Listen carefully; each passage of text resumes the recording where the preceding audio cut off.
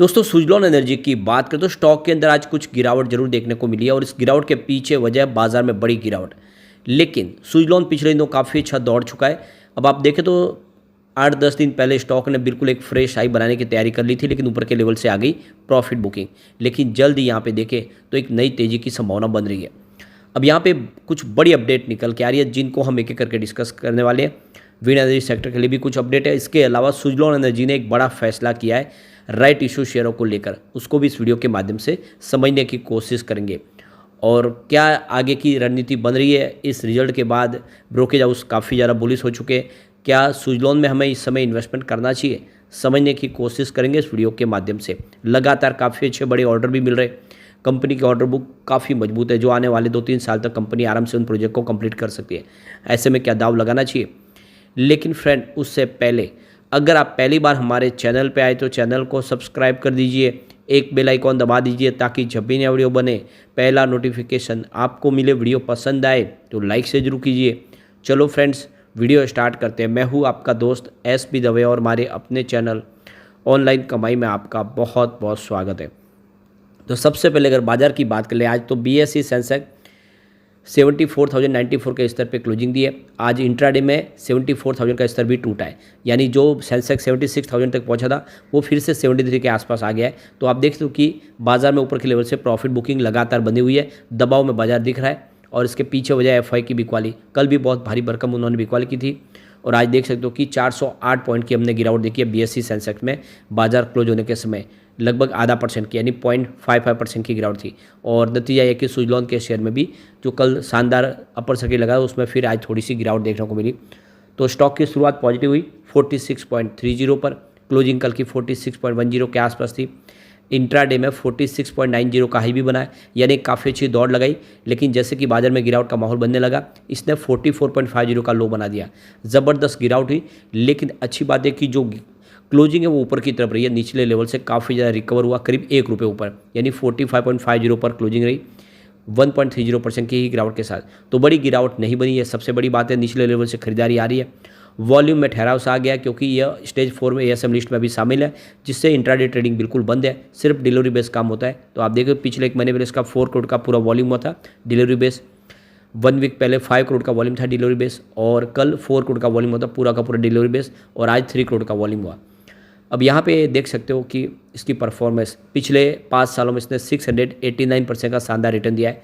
3 year की बात करें तो 696% का इसने बम्पर रिटर्न दिया है। पिछले एक साल में 326% का इसने पॉजिटिव रिटर्न दिया है। और 3 मंथ की बात करें तो 0.33% की तेज़ी बनी है, यानी पिछले 3 महीनों में इसमें कोई खास बड़ा अपडाउन देखने को नहीं मिला। लेकिन 1 मंथ के हिसाब से 9% की तेज़ी बनी है, यानी पिछले एक महीने में स्टॉक ने अच्छा प्रदर्शन किया। और वैसे तो स्टॉक 49 तक चला गया था, फिर वापस प्रॉफिट बुकिंग की वजह से नीचे आया। अभी फिलहाल 1 डे के हिसाब से 1.5% की गिरावट है। ओवरऑल इसका प्रदर्शन काफ़ी अच्छा है। अब देखो कि इसको कल ही देखें तो 551.25 मेगावाट का एक बड़ा प्रोजेक्ट मिला है आदित्य बिरला ग्रुप की तरफ से, और ये रिपीट ऑर्डर है और काफ़ी बड़ा प्रोजेक्ट है। अब आप देख सकते हो कि ये एक जॉइंट प्रोजेक्ट है, इसमें मतलब 2 अलग अलग स्टेट में कंपनी के लिए प्रोजेक्ट कंप्लीट करके देने हैं, जिसमें देख सकते हो कि ये 3.15 मेगावाट सीरीज़ की जो इनकी विंड टर्बाइन है उसी को लेकर ऑर्डर, और लगातार सारे के सारे प्रोजेक्ट है वो 3 मेगावाट सीरीज़ के ही मिल रहे।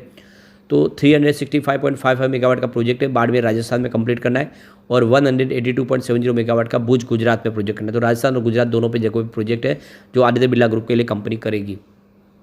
अब आप देख सकते हो कि 2008 के बाद कंपनी ने कभी भी डिविडेंड नहीं दिया, और उसके पीछे वजह थी कंपनी भारी भरकम लॉस में चली गई थी। और 2020 आते तो बिल्कुल पेनी स्टॉक बन गया था, जिसकी प्राइस ₹1 के आसपास आ गई थी।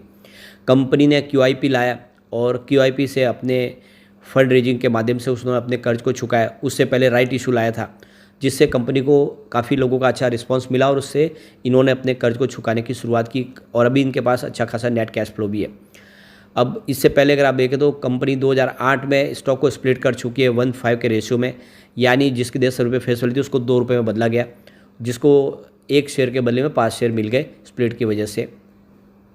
तो जो लास्ट डिविडेंड कंपनी ने दिया था वो जुलाई 2008 में दिया था, जो पर शेयर ₹5 का डिविडेंड कंपनी ने दिया था। इससे पहले 2007 में देखें तो ₹2.5 पर शेयर के हिसाब से डिविडेंड कंपनी ने दिया था। और यहाँ पे लगातार पहले डिविडेंड कंपनी देती थी, बाद में लॉस में आ गई। आने वाले समय फिर से पॉजिटिव संभावना बन रही है कि अब डिविडेंड भी मिलना शुरू हो जाएगा। सबसे जो बड़ी बात है कि ब्रोकेज हाउस बहुत ज़्यादा बुलिश हो चुके हैं, सभी के सभी ब्रोकेज हाउस अब इसमें अच्छे टारगेट दे रहे हैं, वो भी 50 के ऊपर के टारगेट है, जिससे हम कह सकते हैं कि 50 रुपये इसके लिए आसान रहा हो चुके। जेएम फाइनेंशियल जैसे भी इसमें अब बाय की रेटिंग दे रहे हैं। यहाँ पे गौर करने वाली बात है कि जो 1 जून 2023 के दौरान जो एनटीपीसी ने टेंडर जारी करने की जो अनाउंसमेंट किया, करीब 44 अलग अलग टेंडर जारी किए जाएंगे 43 गीगावाट के। तो इन टेंडर के लिए सुजलॉन अब यहाँ पे बिड लगाने को तैयार है। ये आने वाले समय जो जैसे जैसे टेंडर आएंगे सुजलॉन एनर्जी इन टेंडर में हिस्सा लेगी और सुजलॉन के पास बहुत सारे टेंडर आ सकते हैं, ये संभावना दिख रही है। 15 गीगावाट के देखें तो हेल्दी ऑर्डर बुक पाइपलाइन में दिखाई दे रही है आने वाले समय के लिए। काफ़ी बड़े इनके पास प्रोजेक्ट है। जिस तरह से सरकार भी टेंडर हर साल लाने वाली है, सुजलॉन के लिए बहुत सारे मौके हैं। सुजलॉन हाइब्रिड प्रोजेक्ट भी कर रही है, सोलर और विंड के प्रोजेक्ट, ऐसे में इनके लिए काफ़ी अच्छा मौका है, अनुभव भी काफ़ी अच्छा है।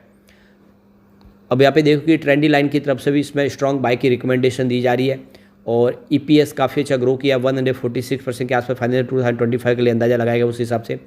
और एक साल के लिए जो टारगेट है वो 55 के आसपास है। अलग अलग जो ब्रोकेज हाउस के हिसाब से अंदाजे से देखें तो 55 रुपये आराम से स्टॉक जा सकता है, तो खरीदारी संभावना बन रही है।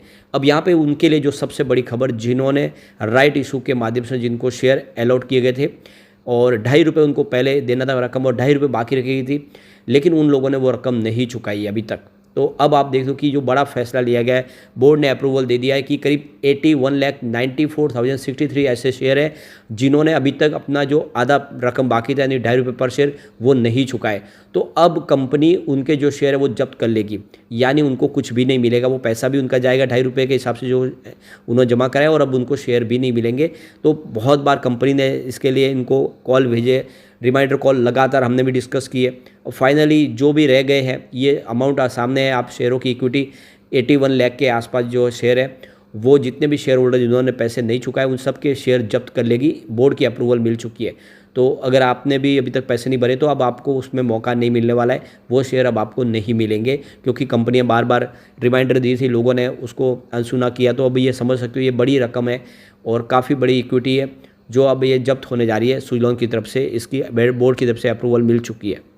अब एक बड़ी अपडेट निकल के आ रही है, देख सकते हो कि विंड और सोलर के हाइब्रिड प्रोजेक्ट अब बनने शुरू हो गए, दोनों का कंबाइंड प्रोजेक्ट बने। तो राजस्थान की बात करें, एक समय विंड एनर्जी सेक्टर के ये बहुत मजबूत प्लेयर के रूप में जाना जाता है स्टेट, लेकिन फिर देखें तो ये विंड के प्रोजेक्ट धीरे धीरे कम होने लगे और यहाँ पे सोलर प्रोजेक्ट बनने लगे और बाद में सोलर प्रोजेक्ट में कंपनी बहुत आगे निकल गई और विंड एनर्जी के प्रोजेक्ट काफ़ी कम होने लगे। 2016 के पहले अगर देखें तो विंड के प्रोजेक्ट काफ़ी ज़्यादा थे राजस्थान में, लेकिन उसके बाद में देखो सरकार ने पॉलिसी में बदलाव किया जिसकी वजह से एक बड़ी मंदी आ गई इस सेक्टर में, लोगों का निवेश आना कम हो गया। और उसके बाद में देख सकते कि जो यहाँ पे सरकार की तरफ से fix rate power purchase agreement भी बनाए गए और अब इससे एक बेटर टैरिफ की संभावना बनने लगी है। और 2016 के बाद अब देखें तो जो एक संभावना नेगेटिव बनी उसमें फिर से संभावना पॉजिटिव बनने लगी है। सरकार ने जो कोशिश शुरू की और स्पेशली अब जो हाइब्रिड प्रोजेक्ट शुरू होने लगे जिसमें विंड और सोलर के कंबाइंड प्रोजेक्ट होते हैं, राजस्थान उसके लिए काफ़ी आइडियल स्टेट साबित हो रही है, वहाँ पे दोनों के लिए अच्छी अपॉर्चुनिटी है। तो अब जो नए प्रोजेक्ट लग रहे हैं वो हाइब्रिड प्रोजेक्ट है, जिससे हम कह सकते हैं कि आने वाले समय विंड एनर्जी के प्रोजेक्ट भी राजस्थान में तेज़ी से बढ़ने शुरू होंगे और वहाँ पर ऑलरेडी वहाँ का जो वातावरण है उसके लिए बहुत अच्छा है।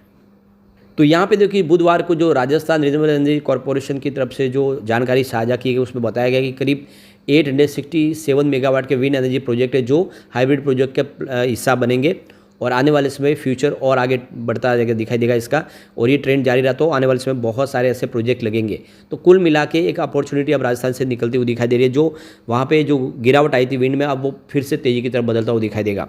सबसे जो बड़ी प्रॉब्लम थी कि विंड एनर्जी के लिए भी कि जो डिस्कॉम है उनको काफ़ी कम पे कर रहे थे, जिसकी वजह से उनको बिजली उनको देना भी महंगा पड़ रहा था। लेकिन अब आप समझ सकते हो कि ग्रीन ओपन एक्सेस भी शुरू कर दिया गया, राजस्थान की बिजली को महाराष्ट्र या फिर तमिलनाडु को भी बेच सकते हैं, जैसे में अब उनके लिए अपॉर्चुनिटी है और इसी वजह से ही आने वाले समय प्रोजेक्ट फिर बढ़ेंगे।